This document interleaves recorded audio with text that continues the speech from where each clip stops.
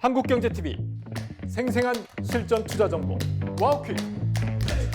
월 5,000원 커피값으로 투자 정보가 내 손 안에 배달됩니다. 와우킥 N에서 만나요. 여러분 안녕하십니까? 미국장 투자를 여는 프리마켓온 손석구입니다. 시장은 미국 연준의 금리 결정을 앞두고 경계감에 휩싸여 있습니다. 이달에 금리를 내리더라도 내년 금리 방향을 어떻게 제시할지 여기에 대한 불확실성이 커지는 분위기인데요. 이런 기류에 국채금리가 크게 오르면서 지수를 눌렀습니다. 이런 가운데 트럼프 행정부가 엔비디아의 고사양 인공지능 칩을 중국에 수출할 수 있도록 허용했습니다. 엔비디아를 비롯한 기술주 투심을 키우고 또 미국과 중국이 완전한 무역 협상에 이르는 데 있어서도 전환점이 될 수 있다는 평가가 나오고 있습니다. 자, 프리마켓온 오늘도 다양한 이슈들과 종목들로 함께하겠습니다. 지금부터 시작합니다.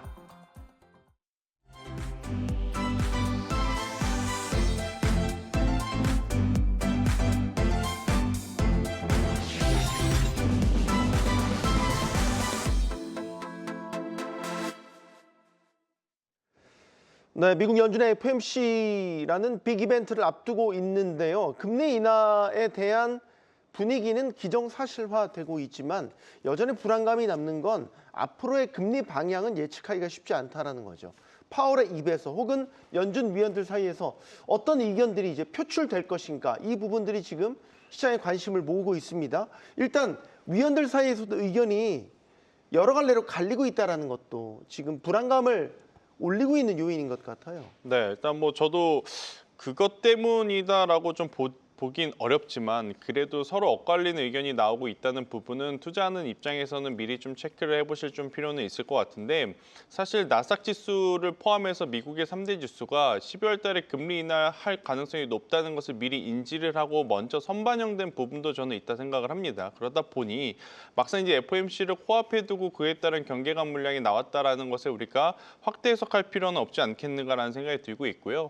일단 한 달 전만 하더라도 금리 인하에 대한 그 표심 자체가 약 70% 이하였었죠. 더 밑으로 떨어질 때도 있었던 상황. 하지만 어제 그리고 오늘 기준으로 보면 금리 인하할 확률이 90%임에도 불구하고 시장은 다소 매파적인 금리 인하일 수도 있지 않겠는가. 미리 이제 지수를 당겼기 때문에 경계감을 좀 나타내고 있다. 이렇게 좀 보시면 된다라는 의견. 그리고 내년 5월까지가 이제 파월 연준 의장의 임기입니다. 그럼에도 불구하고 지금 캐비넷 시시라고 해서 그 다음 후임자에 대한 스포트라이트가 정말 너무 많이 비춰지다 보니까 그림자 연준에 대한 또 의구심 이런 것들도 시장에 조금은 펼쳐져 있는 것이 간밤에 미증시가 좀 조정을 받았던 혹은 미 국채 금리가 좀 올랐던 이유 중에 하나가 아닐까라는 의견 한번 드려보겠는데요. 결국엔 뭐 장대 음봉도 아니고요. 상승하는 과정 속에서 나올 수 있는 흔히 말하는 일반적인 저는 변동성이었다는 것에 너무 우리가 크게 확대 해석할 필요는 없지 않겠는가라는 의견 드리도록 하겠습니다. 김지훈 대표님은 어떻게 보세요? 10년물 국채금리가 4.1 수준까지 올랐더라고요, 보니까. 이게 이제 국채금리가 오르게 되면 다 자연스레 이제 위험자산인 주식시장에는 조금 눌리는 요소로 작용을 하잖아요. 이게 앞으로의 연준의 결정에 따른 부담감, 불안감 이런 것들이 반영된 결과라고 보십니까? 네, 맞습니다. 말씀하신 대로 당연히 연준 입장에서 결정하는데 상당한 부담감은 될 수 있을 것 같고요. 다만 이제 국채 금리가 왜 튀었는지에 대한 이유를 좀 보면 좋을 것 같은데요.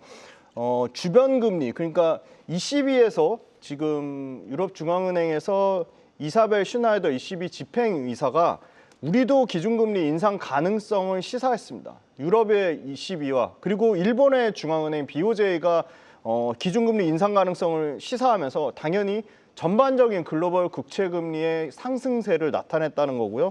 10년물 국채금리가 이날 한때 어제 기준이죠. 4.196포인트까지 올라가면서 9년 내에 최고치를 했지만 여전히 조만간 금리가 추가 인하될 거라는 관측세가 높기 때문에 이 부분 관련돼서도 상당히 좀 그 의견이 분분하다 이렇게 말씀드리고요. 이 기준금리 10년물 국채 수익률이 중요한 이유는 이 주택담보대출이나 자동차 할부금융에도 실생활에 벤치마크로 작용하기 때문에 상당히 중요한 부분이 될 것 같습니다. 아까 ECB랑 일본의 BOJ의 금리 인상뿐만이 아니라 두 번째로 이제 미국의 만성적인 재정 적자에 대한 공포가 확실히 기준금리 인하 전망에도 국채 수익률을 막고 있다는 게 상당히 또 큰 요인으로 보고요. 10년물과 30년물의 국채 수익률이 여전히 높은 수준을 유지하고 있다는 것은 이 주식 투자자들 월가는 미래의 인플레이션 리스크에 대해서 추가적인 어떤 보상안을 내놔라 이런 의미로 받아들이고 있습니다. 장기적으로 인플레이션 압력으로 작용하는 미국의 만성적인 재정 적자에 대한 상당한 리스크를 우려하고 있다고 보고 있고요. 세 번째는 역시나 내년 5월 달로 임기가 만료되는 바로 제롬 파월 연준 의장의 후임으로 사실상 낙점이 가장 유력한 케빈 해시 전 국가경제위원회 이 위원장이 채권 시장에서 이 부분이 굉장히 좀 과하게 금리를 인하할 것으로 예상을 하는 거에 대한 채권 시장에 상당한 우려를 표명하고 있다고 보고 있습니다. 트럼프가 이미 잠재적인 연준 의장이라고 말했고 기타 후보자들에 대한 면접까지 취소한 마당에 상당히 이 해시 위원장이 공격적으로 금리 인하를 취할 경우에는 채권 시장에도 상당한 부담이 되고 있고 이 부분이 인플레이션과 관계없이 무분별하게 금리를 과하게 인하한다는 거에는 채권 투자자들의 우려가 상당 부분 반영하고 있다고 보고 있고 마지막으로 옛날 영국의 리즈 트러스 전 영국 총리 사태까지 우려에 대한 얘기 나오고 있습니다. 22년도에 영국 총리가 감세안을 발표하자마자 영국 국채 가격이 22년도에 폭락하면서 이 부분이 상당한 금융시장에 충격을 줬던 사건이 있습니다. 과도한 금리 인하가 인플레이션을 촉발할 수 있다는 우려가 커지면서 국채 수익률이 급등하고 국채 가격이 급락하는 상황까지 나오고 있기 때문에 이 부분도 상당히 해시 위원장의 이 추가 차기 연준 의장에 대한 채권 시장에 강력한 두려움을 나타냈다. 그렇게 말씀드리겠습니다. 10년물 국채 금리가 4.18 요 정도 수준, 그리고 30년물도 지금 4.8대로 올라섰단 말이죠. 그러니까 인플레이션에 대한 우려를 반영한 결과일 수도 있고, 또 하나 더 하자면 계속해서 고질적으로 미국 연방정부의 발목을 잡는 재정 적자 문제, 이런 것들도 종합적으로 그 우려를 반영하고 있는 것 아닌가, 이런 분석도 나오더라고요.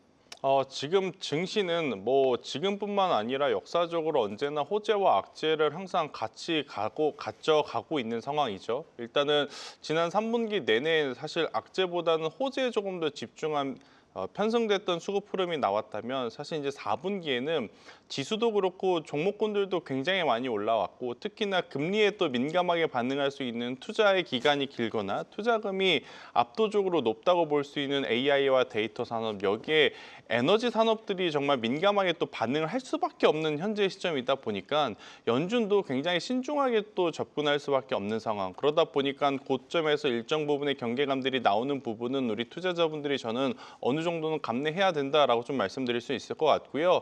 결국 이제 가장 중요한 건 고용 지표인 것 같습니다. 지금 연준에서 고용을 더 우선 여겨서 볼 것이냐 아니면 물가에 대해서 조금 더 중요하게 볼 것이냐 굉장히 말이 많은 상황이긴 하지만 최근의 기조를 보면 고용 시장에 조금은 더 집중해서 보는 연준들의 좀 입맞춤들이 있었던 것으로 파악되는 바, 저는 지금 고용 시장이 조금은 침체 혹은 둔화의 시그널을 좀 보이고 있어서 금리 인하하는 것에 크게 변수는 없지 않을까, 이렇게 좀 보시면서 대응을 하시는 게 맞을 것 같고, 일단은 국채 금리가 지금 올라왔던 이유를 여러 가지를 이제 대표님께서 잘 설명을 해주셨는데, 여기에 한 가지 더 이야기를 드려보자면 결국 시장은 그래 12월 달은 인하할 가능성이 높으니까 우리가 벌써 미리 지수에 반영한 거다. 대신 내년에 우리가 생각했던 것보다 더 많은 횟수가 나타나지 않을 수도 있겠구나라는 것을 미리 좀 땡겨와서 걱정을 좀 하고 있는 듯한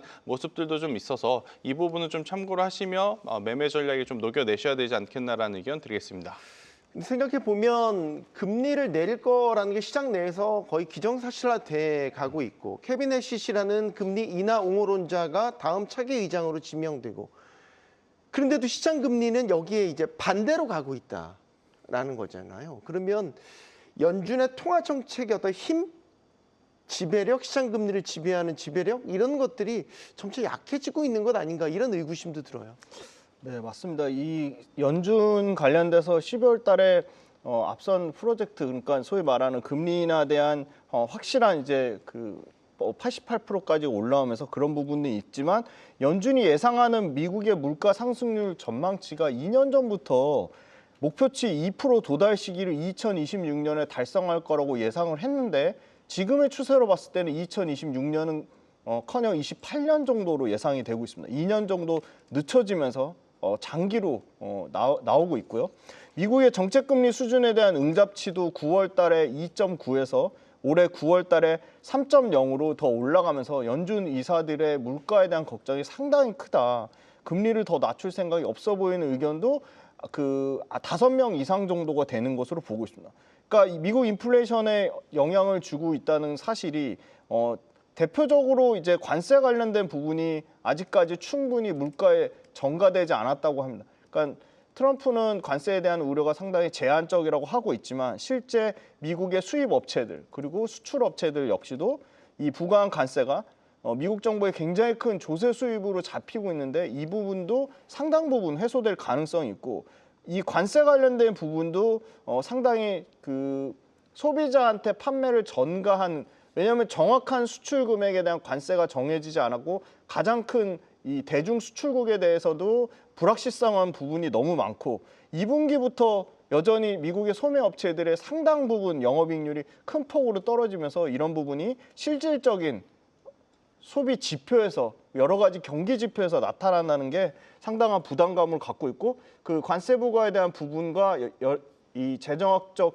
지출에 대한 부담이 소비자 판매 가격으로 전가되면서 인플레이션에 직접적인 영향을 미치는 게 아직 시작되지 않았다는 게 상당히 인플레이션에 대해서는 안심할 수 없는 상황이다. 그런 경제 지표가 증명해주고 있다. 그렇게 말씀드리겠습니다. 네, 지금의 시장 금리가 좀 불안하고 혹은 기준금리의 방향과 역으로 움직이는 요인에는 사실 정치적인 불안정성도 반영되는 거죠. 최장기간 셧다운, 트럼프 대통령의 때만 되면 나오는 돌출 발언들, 예를 들면 연준 의장을 흔드는 이런 발언들, 이런 것들이 이제 사실 시장의 금리를 튀어오르게 만드는 여러 요인으로 작용한 건 우리가 쭉 봐왔잖아요. 그렇죠. 올해 내내 봤던 네. 부분들이잖아요. 그런데 이제 워낙 반복된 좀 이슈와 반복된 패턴이다 보니까 일시적으로 돌발 변수에 따른 변동성은 좀 나올 수는 있겠지만 그 조정의 기간이 굉장히 짧았다는 것은 우리가 좀 인지를 해야 될 것 같아요. 왜냐, 트럼프 대통령이 연준에 대한 이야기뿐만 아니라 관세에 대한 이야기 혹은 대중국이라든지 대일본이라든지 뭐 여러 가지 유럽이라고 하는 나라를 상대할 때 조금은 과격하게 좀 시작을 하지 않습니까? 네. 하지만 시간이 지나면 언제 또 그랬냐는 듯이 또 이제 지나간 과거들이 되었고 지수와 종목군들의 주가의 입장에서 보면 언제든지 그러한 노이즈는 기회였던 것을 좀 감안을 했었을 때 저는 지금의 이러한 흐름도 우리가 목요일 날 하필이면 FOMC와 함께 내만여의 날이 좀 동시에 겹쳐지는 날이라서 굉장히 고민하고 걱정되고 고심하고 있는 것뿐이지 이번 주 지나면 다음 주에는 저는 언제 그랬냐는 듯이 국채금리에 대한 이야기보다 기업들의 성과, 기업들의 캐펙스 투자 혹은 AI가 여전히 고점이냐 고점이 아니냐에 대한 논쟁으로 좀 지나갈 가능성이 높다라는 생각이 들어서 너무 이쪽에 어떻게 보면 좀 휩쓸리지 않으셨으면 저는 좋겠다. 결국 주가라고 하는 건 보여줄 수 있을 만한 실적이 뒷받침되면 언제든지 이러한 노이즈는 기회였던 것을 저는 꼭 한번 말씀드려보도록 하겠습니다. 알겠습니다. 자, 이제 시장을 움직였던 이슈들 하나씩 또 짚어보겠습니다. 기업 이슈인데 기업 이슈가 아닙니다. 이 얘기는 트럼프 대통령, 즉 트럼프 행정부가 엔비디아의 고사양 칩 H200에 대해 중국 수출을 허용했다는 소식이 전해졌습니다. 자, 이거는 크게 보면 미중 간 무역 합의를 이루는 데 있어서 획기적인 또 전환점이 될 수도 있는 부분이고 일단 미시적으로 보죠. 엔비디아 주가가 좀 반응을 했지 않습니까? 네네. 호재니까요. 네네. 중국 수출이 다시 허용되지 맞습니다. 않습니까? 네네. 중국 매출 다시 그렇죠. 예전으로 돌아갈 수 있는 계기가 될 것이다. 네. 이렇게 볼 수 있겠죠. 네. 중국 매출이 늘어나는 입장이 당연히 엔비디아 입장에서 상당히 긍정적인 측면이긴 한데 중요한 건 받아들이는 중국의 입장이 좀 예전 같지 않다는 겁니다. 물론 황 CEO, 젠슨 황 CEO에 따르면 미국의 첨단 AI 칩을 전 세계 중국 포함입니다. 포함해서 미국 기술에 철저하게 의존하게 만들어야 한다고 황 CEO가 주장을 했고 로비를 해서 그런 부분이 상당 부분 반영이 된 것으로 보입니다. 중국 시장 전체를 내주는 대신에 중국 시장에 두고 철저하게 경쟁해야 된다고 하면서 화웨이를 주요 경쟁자로 거론하기도 했습니다. 이런 부분이 상당히 이 중국에 대한 포지셔닝이 엔비디아 입장에서는 어느 정도 다시 수출이 재허용되면서 살아나는 측면도 있지만 최근에 기사가 나오는 거는 계속적으로 우려했던 건 그런 겁니다. 트럼프가 만약에 이 H200이나 H20 칩을 제한할 경우에 중국이 그들의 기술력으로 자체적으로 생태계를 계속 상승시킬 것이다. 그런 우려가 있었는데 여전히 최근 몇 년간 화웨이뿐만이 아니라 대표적으로 캠브리콘, 중국의 자국 AI 생태계 칩이 급격하게 커진 것은 사실입니다. 중국 내 주요 데이터 센터 프로젝트에 중국 정부의 막대한 자금 지원을 받으면서 오히려 엔비디아 칩 일부 화웨이나 바이트댄스 같은 경우는 중국 당국에서 엔비디아 칩을 데이터 센터에 적용하지 말라고 하고 자국 칩을 적극적으로 강조하고 있습니다. 엔비디아의 의존을 벗어나려는 엔비디아 전략이 중국 내에서 상당히 가속화되고 있고 다양한 중국의 테크 기업들이 이 생태계를 확장하고 있어서 이 부분이 오히려 이렇게 시간을 끌면서 엔비디아 칩을 못 팔게 한 부분이 상당히 오히려 엔비디아에는 좀 독이 될 수도 있다고 보고 있고요. 실제 서비스 그리고 하드웨어 인프라 관련돼서 얼마나 이 AI 모델 운영에 쓸 수 있을지는 물론 리스크 요인이긴 하지만 중국 내 엄청난 정부의 지원을 얻은 이 정책적 유도 정책에 맞물려서 중국 내에서 자체적으로 AI 그 생태계는 상당히 빠르게 확산되고 있어서 생각보다는 엔비디아의 어떤 그 수혜가 좀 제한적일 수도 있다고 보고 있고요. 반대로 중국 입장에 강력하게 이제 미국에서 미국 측면에서는 생각보다 그 수혜가 좀 적을 수 있다 이렇게 말씀드리겠습니다. 그러면 지금 중국이 H200 수준의 칩을 만들어낼 수 있다. 그건 아니잖아요. 네네. 뭐 보도나 이런 관측을 종합해 보자면 기존에 이제 중국에 수출했던 저사양 칩 H20 정도는 예를 들어서 화웨이에서 그에 버금가는 칩을 만들 수 있다. 뭐 이 정도의 관측은 설득력이 있어 보이는데 네. H200 수준을 만들 수 있는 건 아니잖아요. 네네네. 근데 예를 들어서 지금 고도화되는 AI 인프라를 깔기 위해서는 예를 들어서 H200 정도 수준의 칩은 가지고 인프라를 깔아야 경쟁력이 될 거 아닙니까? 네. 그런데도 단순히 미중 어떤 무역 갈등, 패권 경쟁 이런 것 때문에 H200 수출 허용이 돼도 중국에서 잘 안 쓸 수 있다? 수요가 많지 않을 수 있다? 중국 입장에서는 시간을 벌려고 하는 것 같습니다. 안 쓴다기보다는 덜 쓰는 입장으로 계속 시간을 끌 것이다. 그래서 자체 생태계를 최대한 좀 빠르게 가져가려고 하는 것 같고요. 최대한 네. 예를 들어 화웨이라든지 늦추는 거죠, 시간을. 네, 중국 자국 내의 칩 수요들을 소화하는 방향으로 맞습니다. 먼저 할 거다. 네. 사실 이제 그 본부장님, 네. 트럼프 행정부가 갑자기 왜 그런 정책을 선회했냐 그 배경을 따져보면 이게 바이든 행정부 때 걸었던 거거든요. 그렇죠. 이걸 그대로 이제 계승한 건데 그 엔비디아의 그 젠슨 황이 설득을 했다라는 거 아니에요? 네. 이대로 계속 수출 통제하면 중국이 내재적으로 이거 다 따라온다. 네. 오히려 수출 허용하는 게 중국이 못 따라오게 하는 방법이다. 이 설득이 먹혔다는 거 아니에요? 그러니까 이게 여기에 전제 조건이 있습니다. 이거 이제 김지훈 대표님과의 말과도 일맥상통하는 논리인 거죠. 그렇죠. 근데 이제 저는 조금은 다른 시선으로 좀 말씀드리고 싶은 게 이번에 트럼프 대통령이 직접 시진핑 쪽으로 연락을 했죠.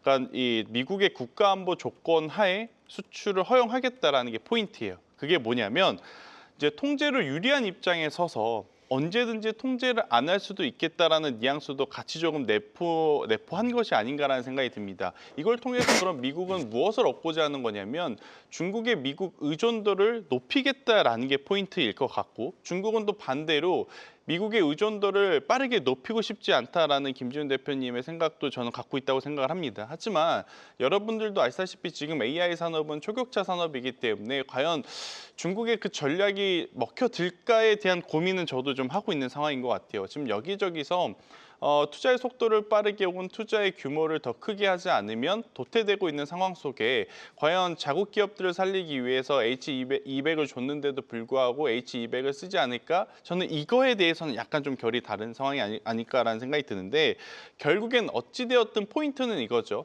우리가 중국을 뭐 생각하는 것보다 미국을 먼저 생각을 해보면 엔비디아가 잃어버렸던 중국 매출을 확보했다라는 것 그로 인해서 우리가 생각보다 우리가 그리고 계산을 한 것보다 훨씬 더 높은 영업 매출과 영업 이익률을 보여줄 수 있다라는 점에서 보면 결국엔 돌고 돌고 돌아 AI와 데이터 센터의 중심은 엔비디아 중심으로 여전히 잘 진행되고 있다는 것을 의미를 하기에 저는 뭐 중국과 미국의 관계 뭐 여기서 중국이 얻고자 하는 것, 미국이 얻고자 하는 것보다 우리가 투자하는 입장에서 봤을 땐 엔비디아에게는 그리고 SK하이닉스와 삼성전자, 마이크론 테크놀로지 그리고 전제 조건이 25%에 대한 그 매출을 트럼프 행정부가 갖고 오게 되어 있는 거지 않습니까? 네. 그럼 이걸 통해서 미국은 아마 엔비디아뿐만 아니라 인텔에게도 AMD에게도 혹은 다른 기업들에게도 이런 똑같은 기준을 제시를 하면서 그들의 수익을 반도체 투자를 하는데 재투자 지원을 할 수도 있고 일자리 창출하는 데 쓸 수도 있고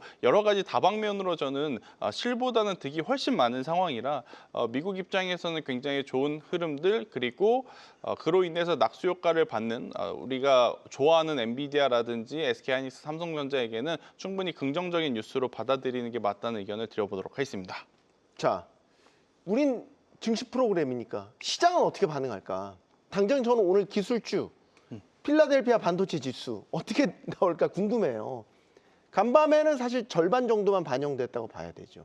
온전한 뉴스가 나왔고 이제 온전하게 반영되는 건 아마 오늘 정규장일 텐데 엔비디아도 그렇지만 뭐 AMD, 뭐 브로드컴까지 뭐 전부 다 기술주 섹터가 이 이슈에 어떻게 반응할까? 김희준 대표님. 긍정적으로 반응할 것 같습니다. 긍정적으로 반응할 것 같은데 일단은 중요한 건 미국 내 포지셔닝이 얼마나 되냐가 좀 중요할 것 같고요. 엔비디아 기준으로는 이제 최대 잡았을 때가 한 15에서 20% 정도로 알고 있거든요.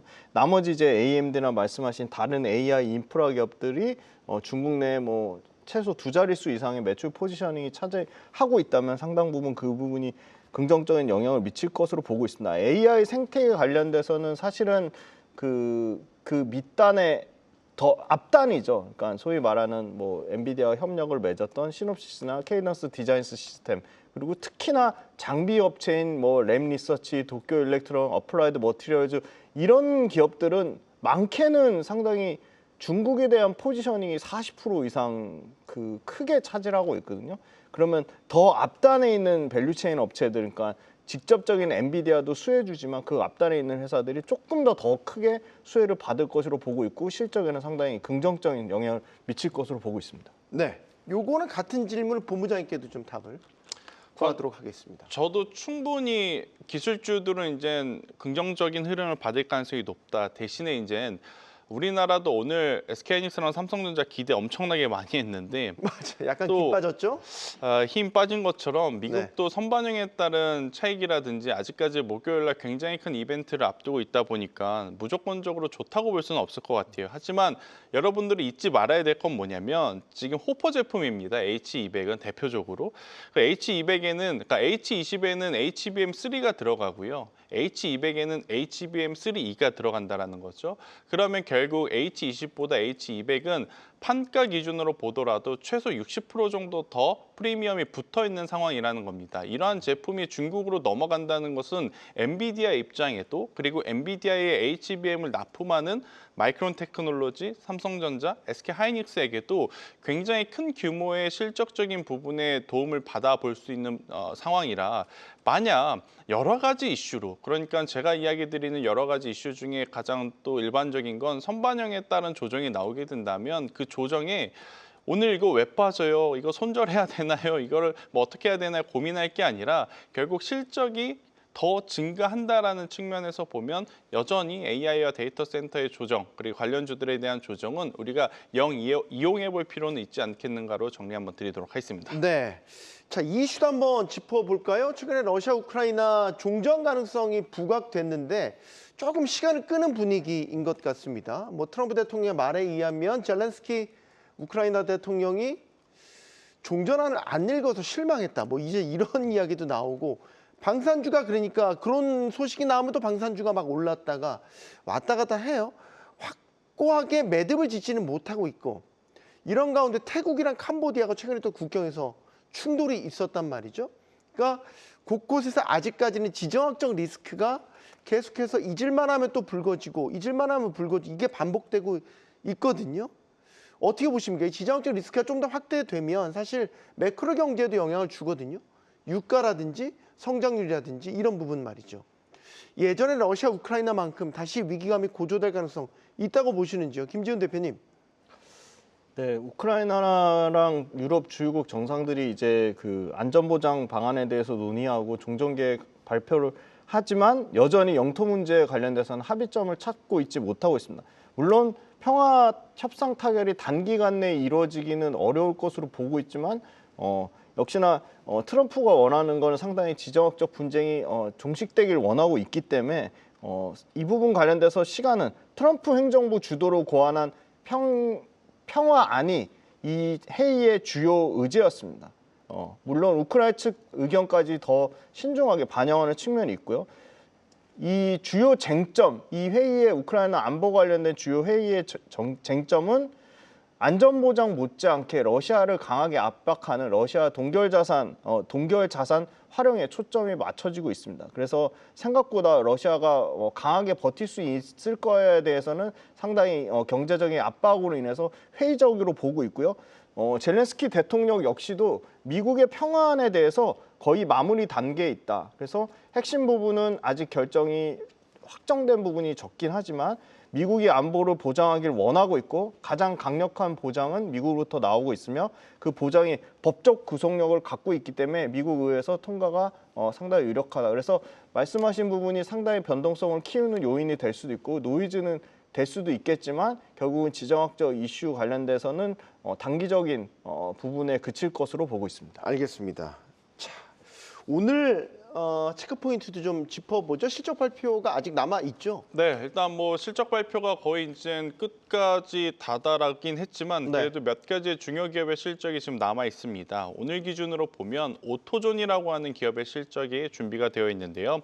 뭐 제가 이제 최근에 자동차 관련 기업들 많이 좀 가지고 나왔던 거 많은 분들이 아실 것 같은데 이 오토존은 AS 쪽, 그러니까 자동차 산업의 끝단에서 애프터 마켓을 통해서 얼마만큼의 또 실적을 보였는지 이 부분을 좀 체크를 하시는 게 좋을 것 같고요. 두 번째로는 캠프벨이라고 하죠. 미국의 대표적인 통조림을 만드는 회사인데 지금 식료품 그리고 이제 유통 관련한 기업들의 실적도 이번 주에 굉장히 중요하니까요. 이 두 기업 꼭 한번 체크를 해 보셨으면 좋겠다. 정리 드리겠습니다.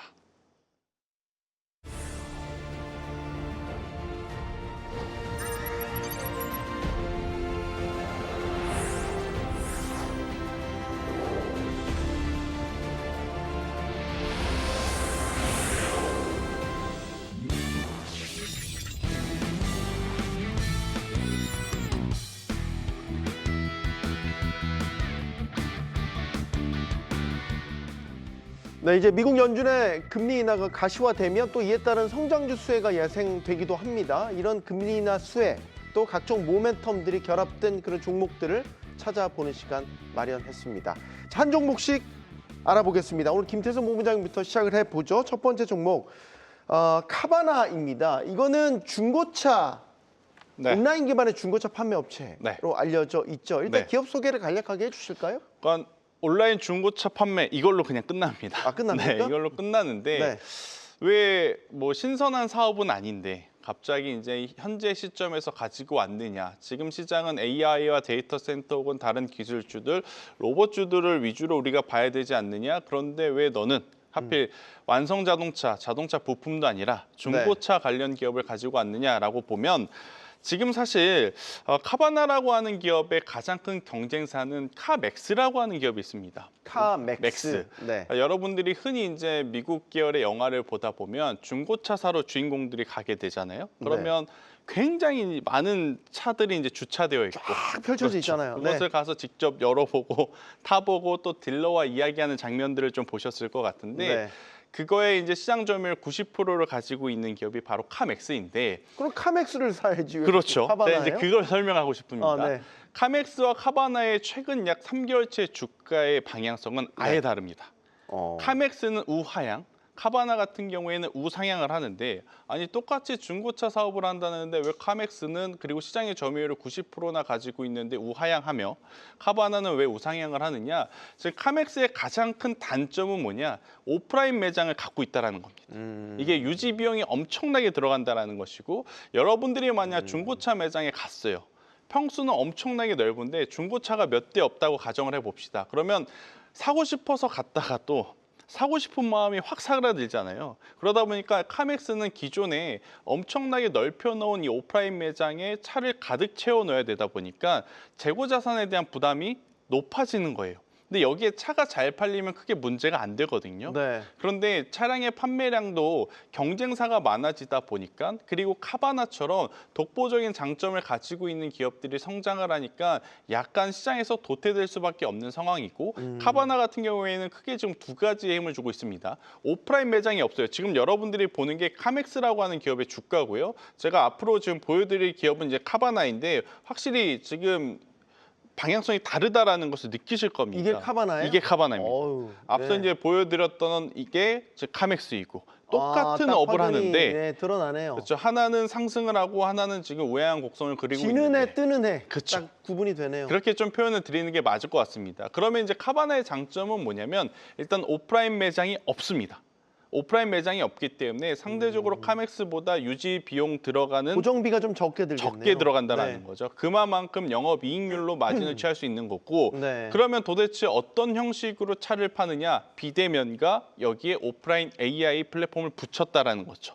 그러니까 우리가 이번 블랙 프라이데이라든지 사이버 먼데이에 온라인 유통 관련 기업들의 매출이 늘어났던 이유가 결정적으로 뭐였냐면 소비 패턴의 변화도 있겠지만 여기에 속도를 붙여준 게 바로 AI 플랫폼에 결국 소비자가 원하는 물건을 대체적으로 굉장히 빠르게 그리고 어디에서 사는지 링크까지 걸어줬기 때문에 이제 일어났던 현상들인데 그걸 고스란히 중고차 산업에 가지고 와서 카바나가 안착을 시켰기 때문에 카맥스라든지 브룸이라든지 해당 산업의 다른 경쟁사보다 월등하게 지금 산업 성장 속도의 시장 점유율을 온라인 쪽에서 폭발적으로 좀 가지고 오고 있다고 좀 보시면 될 것 같습니다. 그래서 네. 예전처럼 우리가 이제 가서 중고차를 이제 팔던 그러한 판매에 대한 트렌드 자체가 이제는 온라인에서 이루어진다라고 좀 보시면 될 것 같아서 매입부터 판매까지 그러니까 수직 계열화를 다 이미 구축을 해놨기에 카바나 같은 경우에는 중간중간에 새는 비용들, 수수료로 새는 비용들이 적다고 해요. 그러니까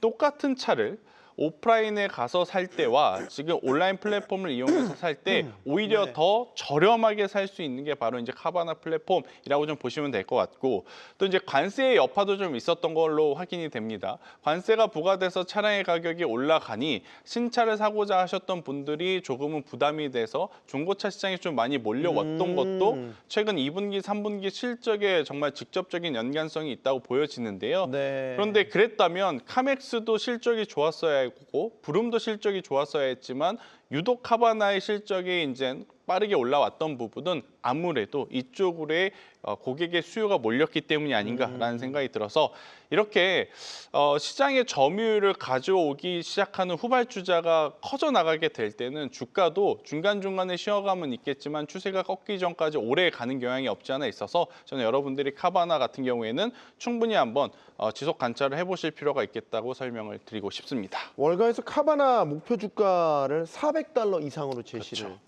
네. 했어요. 네. 그럼 현실적으로 $400 이상 간다는 건 뭐 최고치로 본다고 치고 그렇죠. 타겟팅 주가는 조금 아래로 잡는 게 현실적이겠네요. 그런데 저는 결국에는 온라인 플랫폼 쪽이 그리고 소비 시즌에 발맞춰서 같이 이제 좀 시너지 효과를 낼 가능성이 높고 그리고 연말 연초에 또 이제 연식이 바뀌면서 좀 저렴하게 나오는 차량을 또 많이 구입하시려는 분들이 지금 몰릴 수밖에 없는 성수기임을 감안을 해보면 네. 추가적인 탄력은 기대해 볼 수 있겠다 이렇게 정리드리겠습니다. 아, 알겠습니다. 온라인 기반의 중고차 플랫폼 카바나 네. 알아봤습니다. 뭐 처음 저희가 분석을 해드리는 것 같은데 상당히 중고차 업이라는 것만 보면 사양 산업처럼 여겨지지만 그렇죠. 최근의 시장 환경, 금리 환경 등을 보면 이 카바나의 경쟁력을 확인할 수 있었던 본부장님의 분석이었습니다. 자, 계속 가보도록 하죠. 김진 대표님은 오늘 세일즈포스를 준비해 주셨습니다. 세일즈포스 하면 뭐 잘 아실 만한 분들은 다 알고 있는 고객 기업 관리 CRM의 1위 기업으로 네네. 잘 알려져 있죠. 네. 조금 우려할 요인들을 한번 점검하자는 차원에서 우려할 요인들부터 짚어야 됩니다. 네네, 그래야 될 것 알겠습니다. 같습니다. 네. 일단은 흥미로운 레포트가 하나 나왔는데요. 일단 기업들이 AI 에이전트를 대거 도입해서 소위 말하는 소프트웨어 실제 사용하는 이용자, 시트라고 하죠. 인력 규모가 줄어들면 인력에 비례해서 인원수가 증가하는 소위 말하는 B2B 형태의 빅테크 소프트웨어들이 상당한 위기를 맞을 것이라고 아. 실리콘밸리의 벤처캐피탈에서 밝혔습니다. 그러네요. 만약에 네. 어떤 회사가 도입을 했다면 곱하기 직원 수, 맞습니다. 뭐 이런 식으로 이제 네네. 계산을 하는데 네. 직원 자체가 감원을 통해서 준다. 네. AI 도입으로. 네. 아 그러면 매출에 타격이 있겠네요. 네, 정확합니다. 과거 머릿수대로 돈을 받는 소프트웨어가 이제 직접 AI 업무를 수행하는 근로자가 되면서 상당히 타격이 있을 거라고 하고 있지만 실제 뭐 구글도 직접적으로 한다고 하고 마이크로소프트도 한다고 하지만 모든 부분이 다 대체되기는 상당히 제한적이라고 보고 있고요. 그렇게 되기까지 상당한 시간이 소요될 것으로 보고 있습니다. 세일즈포스 CFO 역시도 이런 부분을 우려했지만 상당한 오히려 우리가 고객들의 엄청난 빅데이터를 활용해 이 AI 에이전트 시대를 선도해 나가겠다고 밝혔고요. 이 관련된 글로벌 CRM 고객 관리 관련된 회사들이 이런 부분이 선반영돼서 주가가 35%에서 40% 가까이 엄청나게 이런 AI 인프라 사이클이 초호황기를 맞음에도 불구하고 최근 10월 달, 11월 달 연속적으로 주가는 박살이 났습니다. 하지만 숫자는 여전히 명확하게 잘 나오고 있습니다. 3분기 역시 OP 마진이 역시나 역대급 분기 영업이익률 36%까지 상당한 수익률을 찍었고요. 네. 모든 제품군에서 골고루 성장을 하고 있습니다. 그리고 이 LMM뿐만이 아니라 제일 중요한 오늘의 핵심은 AI가 기업 업무를 수행하려면 기업의 데이터, 기업의 문맥, 기업의 워크플로우, 그다음에 기업의 총 하드웨어적인 실제 업무에 적용하는 효율적인 진행이 앱과 데이터 플랫폼, AI 에이전트, 메타데이터 이 네 가지를 모두 갖춘 CRM 관련된 회사는 압도적으로 세일즈포스밖에 없기 때문에 세일즈포스가 여전히 사스 업체들이 위기에 있다, 장기적으로 뭐 망할 것이다라는 얘기를 하고 있지만 숫자가 증명하는 걸 봤을 때는 상당 부분 시간이 필요해 보이고 지금 그 벤처캐피탈이 제시한 부분이 실제 주가의 선반영 우려가 돼서 네. 고점 대비 한 40% 빠져서 지금의 가격대는 저는 상당히 매력적인 가격대라고 오히려 역발상의 관점으로 접근해보자 말씀드리겠습니다. 근데 이제 되게 흥미로운 포인트는 그거네요. 세일즈포스의 서비스에도 AI가 붙으면서 서비스가 확장되는데 맞습니다. 네. 기업들이 AI 도입을 하면 네. 감원을 하게 되니까 네, 네. 세일즈포스는 제약 요인이 될 수 있으니까 AI 때문에 울고 웃네요. 네, 네. 그게 이제 우는 날이 많을지 웃을 날이 많을지는 좀 더 지켜봐야 지금 되겠지만 현재 숫자가 증명하는 거는 줄어드는 속도보다 새롭게 적용해서 늘어나는 속도가 더 파이가 커진다. 좀 그렇게 말씀드릴 수 있을 것 같습니다. 그러면 지금 세일즈포스 최근에 주가도 조금 부침이 있는데 지금 밸류 수준은 어때요? 지금 밸류 수준 상당히 많이 지금 낮아져 있는 상황입니다. 지금 워크데이나 뭐 도어대시나 평균 PR 밸류에이션에 지금 한 20% 정도가 할인이 되고 있습니다. 지금 현재 저평가 주가가 매력이 있네요. 40% 이상 빠지면서 밸류에이션 매력도가 좀 생겼다 그렇게 말씀드리겠습니다. 알겠습니다. 지금 밸류에이션 대비 저평가 매력까지 갖추고 있는 세일즈포스 김지훈 대표님의 첫 번째 종목 알아봤습니다. 자, 이번에는 김태선 모금자님이 준비해 주신 두 번째 종목으로 가보겠습니다. 오늘 새로운 기업들을 많이 만나게 되는 것 같습니다. 오토데스크라는 곳입니다. 오토데스크는 건축업계에서 종사하시는 분들이면 아마 다 알고 계실 캐드라는 프로그램을 그렇죠. 만드는 곳이죠. 네. 일단 미국장 지금 프리장이 열렸는데 아무래도 뉴스가 H200부터 좀 나오다 보니까 네. 현재 시장에서는 이 하드웨어 쪽 관련 기업들의 시세가 좀 먼저 나오는 것 같아요. 뭐 엔비디아도 그렇고 AMD도 그렇고 또 알파벳도 그렇고 그리고 이제 뭐 엔비디아, AMD뿐만 아니라 최근에 지금 반도체 소부장 관련주들의 흐름이 굉장히 좋은데 저는 그래도 오토데스크처럼 본인들만의 영역이 확고한 기업들은 우리가 계속 좀 보실 필요가 있겠다라는 의견을 좀 드리고 싶습니다. 그 이야기는 뭐냐면 굉장히 많은 AI 소프트웨어 기업들의 가장 큰 고민 뭐냐? 마이크로소프트가 하면 어떡하지? 구글이 이 일을 하면 어떡하지? 이런 부분들이거든요. 네. 그런데 오토데스크가 지금 하고 있는 영역은 아무리 그들의 기술력이 좋아진다 하더라도 들어오기가 굉장히 어렵습니다. 앞서 말씀 주셨던 오토캐드라는 부분, 그러니까 여러 가지 지금 포인트가 있는데 학습 시간이 굉장히 깁니다. 그러니까 건축이라든지 설계라든지 이쪽 산업에 들어오려면 다들 이제 오토캐드를 좀 써야 되는데 네. 이것을 교육하고 연마하고 이걸 통해서 매출을 발생을 하려면 한 작업자가 수년에 걸쳐서 이걸 사용을 해야 되는 거거든요. 그러다 보니까 이 오토캐드에 익숙하신 분들 혹은 해당 플랫폼에 익숙하신 분들이 다른 플랫폼으로 넘어간다? 그럴 일은 저는 굉장히 적을 거다라는 생각이 듭니다. 그리고 네. 두 번째로는 호환성이라는 거죠. 이 오토캐드라고 하는 자신만의 그 영역이 확고한 기업들은 사실 이 플랫폼에 다른 기업들이 맞춰줍니다. 그러니까 오토캐드가 아닌 다른 것을 쓸 필요가 없다고 소비자들도 느낄 수밖에 없는 거고, 다른 강점은 또 다른 강점은 바로 표준이 이 오토데스크에 맞춰서 지금 발전했다라는 거죠. 네. 건축 설계도 마찬가지고 도면도 마찬가지고, 그러한 상황에 만약 그들이 조금 더 쉽게 이 플랫폼을 이용할 수 있게 AI가 붙여준다? 그러면 이쪽을 사용하지 않고 다른 플랫폼으로 넘어가는 것이 아니라 오히려 독점적인 지위가 더 이쪽으로 쏠릴 가능성이 높아진다고 해석을 하는 게 맞는 것 같아요. 실제 다른 소프트웨어 기업들이 빅테크 기업들이 본인들의 영역을 침범하면 어떻게 하지라는 고민을 갖고 있던 와중에도 분기 실적을 열어보면 오토데스크 같은 경우에는 구독 매출이 굉장히 안정적으로 좀 보이고 있고, 구독 매출이 안정적이다면 마이크로소프트의 코파일럿처럼 이 오토데스크도 AI를 접목을 했으니까 판매 단가를 올렸을 때 매출이 꺾이는 걸 걱정할 게 아니라 매출이 성장할 거에 대한 기대감이 훨씬 더 강하게 불러올 가능성이 높다라고 좀 보시면 될 것 같아. 저는 오토데스크의 지금의 위치도 저는 굉장히 매력적으로 좀 볼 수 있는 요소들이 많겠다, 이렇게 정리 한번 드리도록 하겠습니다. 알겠습니다. 자, 김태수 본부장님의 두 번째 종목 오토데스크 살펴봤고요. 자, 오늘 마지막 종목 가보도록 하겠습니다. 이름이 좀 깁니다. 브리스톨 마이어스 스퀴드. 뭐 말은 길지만 티커명은 이제 BMS. 이제 미국의 뭐 대표적인 대형 네네. 빅파마인 네. 거죠. 네. 지금 금리 인하 국면에서 뭐 예를 들어서 제약사들이 다시 주목받을 구간이긴 한데 그 이유 때문에 가지고 나오셨는지 혹은 다른 이유가 있으신 건지. 네.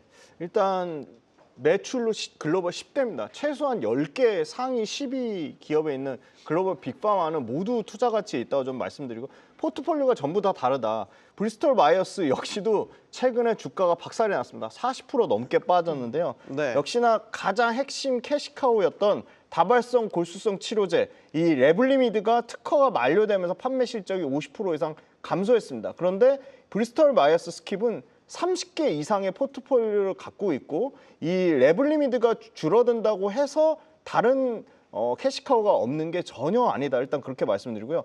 그 최근에 또 우려가 나온 거는 역시나 가장 큰 매출의 한 축인 면역 항암제 옵디보의 특허 만료인데 이거는 2028년입니다. 아직 3년의 여유가 남아 있고요. 옵디보 역시도 최근에 가장 핫한 SC 제형, 피하 주사 제형으로 바꾸면서 특허 만료를 연장하려고 지금 하고 있습니다. 옵디보 외에도 지금 비세포 림프종 치료제 브레안지가 지금 판매량이 매출이 60%씩 급성장하면서 새로운 캐시카우로 올라오고 있고요. 3분기에 역시 매출과 주당 순위, 순이익률 모두 역대급을 갱신하면서 PER이 글로벌 S&P 바이오 제약사가 12배 수준인데 지금 7배까지 떨어졌습니다. 그 특허 만료 앞둔 옵디보 사업이 새로운 그 피하 주사 제형 옵디보 큐반틱입니다. SC 제형이고요. 옵디보에 이거 옵디보 큐반틱이 특허권을 갖게 되면서 상당 부분 다시 옵디보의 매출을 벌크업을 충분히 할 것으로 이렇게 예상을 하고 있고요. 너무 많아요. 30개 포트폴리오니까. 네네. 앞으로 그러면 먹여 살릴 아이템 네. 핵심적인 게 뭐가 있어요? 네, 지금 코벤피가 초기 성장이 지금 거의 100%씩 성장을 하고 있는데요. 항정신병 치료제입니다. 이게 지금 항정신병. 네네네. 1억 5천만 달러의 매출을 지금 나오고 있습니다. 그런데 지금 의사들이 환자 이 코벤픽을 치료한 그 처방 초기 단계입니다. 그러니까 조현병 본격적으로 네, 조현병 치료제가 폭증한 상태가 아니고요. 폭증하는 과정 중에 지금 있고요. 조현병 치료제 시장이 연간 지금 거의 2031년까지 200억 달러까지 시장이 커진다고 합니다. 그리고 지금 특발성 폐섬유증 치료제 에드밀파란트 역시도 새롭게 지금 신약 임상 3상 결과가 다발성 골수종 새로운 또 치료제인 메즈그도마이드와 같이 더불어서 두 개의 치료제가 내년에 임상 3상 발표를 예상을 하고 있습니다. 그래서 다시 지금 브리스톨 마이스 스킵이 글로벌 매출 10위권에서 최소 8위권까지 올라갈 것으로 지금 보고 있습니다. 요즘 말로 그러면 가장 킥이 뭐예요? 너무 많아가지고 지금 네. 30개 포트폴리오라서 네. 고르기도 힘들어요. 근데 이제 김지훈 대표님 보시기에 앞으로 이 BMS의 가장 킥이 될 아이템 이를 꼽으신다면 뭐가 있을까요? 저는 이제 항정신성 치료제 코벤픽이 일단 숫자로 100%씩 매출을 찍어주고 있고요. 조현병 치료제. 네, 코벤. 조현병 치료제. 네. 그다음에 이제 그 레블리미드가 끝나면서 엘리키스가 지금 엘리키스랑 이게 비세포 림프종 치료제입니다. 이것도 연간 그러니까 한 50조 사이즈의 그 어떻게 보면 희귀병 질환 중에 가장 큰 사이즈의 그러니까 전방 산업을 갖고 있거든요. 여기가 네. 브레안지가 연매출이 한 10억 달러 돌파하고 있는데 아마 분기에 10억 달러니까 연간으로 치면은 거의 30억 달러 정도는 나오지 않을까. 그래서 조현병 치료제 방금 말씀드린 이 혈액 희석제 엘리키스 요거 관련돼서 말씀드리겠습니다. 네, 오늘 마지막 종목 브리스톨 마이어 스퀵까지 알아봤습니다. 매력적인 설명과 종목들까지 꼽아주신 스타인베스트먼트 김태성 본부장, JS인베스트먼트 김지훈 대표 오늘 두 분 함께 해주셨습니다. 고맙습니다. 가장 먼저 만나는 프리마켓의 중요한 시그널 프리마켓 나옵니다. 이 시각 현재 프리마켓 개장 상황 확인해 볼 텐데요. 의미 있는 움직임 보여준 무버 종목부터 함께 보겠습니다. 오라클의 실적 발표를 앞둔 기대감에 어제 상승 마감했습니다. 시장에선 오라클의 이번 실적이 AI 인프라 수요 등에 힘입어 긍정적일 것으로 보고 있는데요. 현재 프리장 주가 역시 소폭 상승세 이어가고 있습니다. 파라마운트가 워너브라더스 인수를 위해 1,084억 달러, 약 159조 원 규모의 적대적 인수에 나섰습니다. 이로써 넷플릭스와의 경쟁이 재점화됐는데요. 이 소식에 어제 파라마운트는 9% 넘게 급등했고 오늘 프리장에서도 1%대 상승세 이어가고 있습니다. 반면 이 같은 소식에 넷플릭스는 어제 약세 마감했습니다. 주주들에게 더 많은 현금을 제공하겠다는 파라마운트의 제안에 위기감이 고조되고 있는데요. 동시에 반독점 심사 부담도 작용하는 가운데 오늘 프리장에서 넷플릭스는 강보합세 나타내고 있습니다. 다음은 알파벳 확인해 보겠습니다. 알파벳이 메타와의 경쟁을 위해 내년에 AI 스마트 안경을 출시하겠다고 밝혔습니다. 하지만 메타를 추격하기 쉽지 않을 것이란 관측에 어제 주가는 약세를 보였고 오늘 프리장에선 보합권에서 움직이고 있습니다. 코어위브가 오는 2031년 만기 예정인 20억 달러 규모의 전환 사채를 발행하겠다고 밝혔습니다. 이 소식에 어제 주가는 약세 마감했고 오늘 프리장에서도 1%대 하락세 이어가고 있습니다. 모건 스탠리가 제너럴 모터스에 대한 투자 의견을 높이고 목표가 90달러를 제시했습니다. 이는 GM의 미국 내 전략 재정비와 중국 사업 조정 등에 따른 것으로 풀이되는데요. 하지만 이 같은 소식에도 어제 주가는 소폭 하락했고 오늘 프리장 주가는 보합세입니다. IBM이 데이터 스트리밍 플랫폼 컴플루언트를 약 110억 달러, 16조 1천억 원에 인수한다고 밝혔습니다. 이 소식에 어제 컴플루언트는 29% 넘게 급등했는데요. 다만 오늘 프리장에선 차익 실현 매물이 대거 출회되며 소폭 하락하고 있습니다. 그럼 계속해서 오늘 특히 주목할 필요가 있는 포커스 종목 함께 확인해 보겠습니다. 가장 먼저 엔비디아입니다. 미국 정부가 엔비디아의 고성능 AI 칩 H200의 대중 수출을 허가하기로 했습니다. 최첨단 AI 칩에 대한 핵심 통제는 유지하되 한 세대 이전급 제품에 한해 수출을 허용하는 셈인데요. 이번 결정으로 엔비디아는 H200 판매액의 25%를 미국에 지급하는 조건으로 수출을 재개할 것으로 예상됩니다. 해당 소식에 엔비디아는 오늘 프리장에서 2%대 강세에 나타내고 있습니다. 다음은 테슬라 만나봅니다. 모건 스탠리가 전기차 겨울로 인해 미국 전기차 산업 전반의 수요 둔화가 예상된다고 밝혔습니다. 이 소식에 어제 테슬라는 3% 넘게 급락했는데요. 모건 스탠리는 내년 전기차 물량이 20% 감소할 것으로 전망했습니다. 그러면서 테슬라의 투자 의견을 비중 확대해서 중립으로 하향했는데요. 한편 목표가는 410달러에서 425달러로 상향 조정했습니다. 현재 프리장 주가는 약보합세 나타내고 있습니다. 마지막으론 브로드컴 확인해 보겠습니다. 브로드컴이 마이크로소프트와 커스텀 칩 설계를 논의 중인 것으로 알려졌습니다. 이는 기존 마벨과의 사업이 브로드컴으로 이동할 수 있음을 뜻하는데요. AI 수요 증가로 반도체 확보 경쟁이 치열해지는 상황에서 브로드컴과 손잡고 맞춤형 칩을 개발하려는 것으로 풀이됩니다. 이 소식에 어제 마벨 주가는 하락세를 보인 반면 브로드컴은 상승 마감했는데요. 오늘 프리장에선 조정을 받으면서 약보합세 나타내고 있습니다. 네, 이렇게 여러 종목들 함께 살펴봤는데요. 뉴욕 증시는 미 연준의 기준금리 결정을 앞두고 경계감이 높아지는 모습입니다. 그럼 지금까지 프리마켓 나우 서효원이었습니다.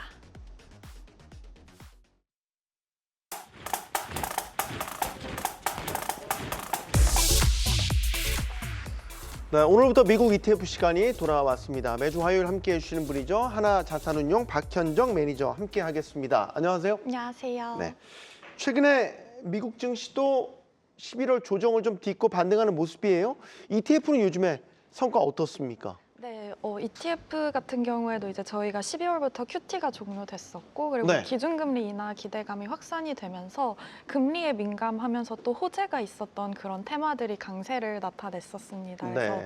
한 주간 성과가 가장 좋았던 ETF 같은 경우에는 이제 대마 산업에 투자하는 ETF. 대마요? 네. 네, 대마. 네, 미국 연방법원에서 이제 그 대마 금지와 관련된 조항을 재검토할 예정이다. 12월 12일에 재검토할 예정이다라는 소식이 전해지면서 강세를 나타났었고 그리고 이제 제가 지지난주에 이제 원큐 미국 우주항공 테크와 함께 소개를 드렸던 우주 테마 ETF인 UFO도 한 주간 7.2% 네. 상승하면서 강세를 나타냈습니다. 그리고 원자재 시장이 성과가 좋았었는데 그러면서 이제 뭐 천연가스라던가 우라늄, 구리채굴 같은 기업 ETF가 성과가 좋았었던 것을 확인하실 수가 있습니다. 네, 저 옆에 수익률 기준은 네, 한 주간의 수익률을 기준으로 맞습니다. 보여주고 있는 거죠. 네. 대마 산업이 가장 뛰어난 성과를 보였다는 게 눈에 띄고 네.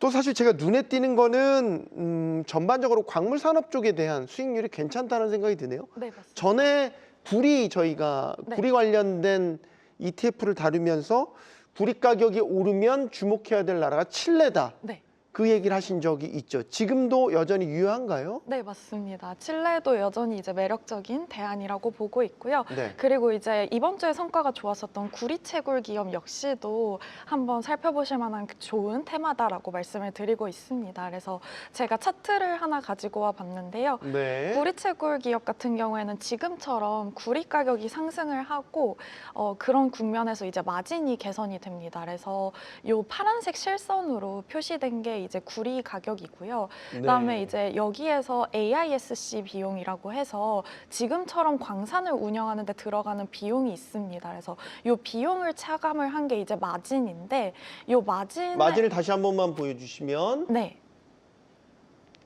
이제 구리 가격에서 요 AISC 비용을 차감을 한 마진에 따라서 네, 다시 나왔어요. 맞습니다. 요 실선인 파란색 실선인 구리 가격에서 이제 총 비용인 AISC 비용이 이제 하단에 있는 주황색 부분이거든요. 그러면 가격이 올라갈수록 마진은 더 늘어나는 구조인 맞습니다. 거군요. 네, 기존의 유지 비용은 어떻게 보면 크게 변동이 없는 상태에서 가격이 올라가니까 자연스레 맞습니다. 마진 폭이 좋아진다. 네, 맞습니다. 그 논리가 아까 두 번째 그래프도 있던데 네, 그거는 유지 비용만 놓고선 분석을 해 주시는 거죠? 맞습니다. 보여주세요.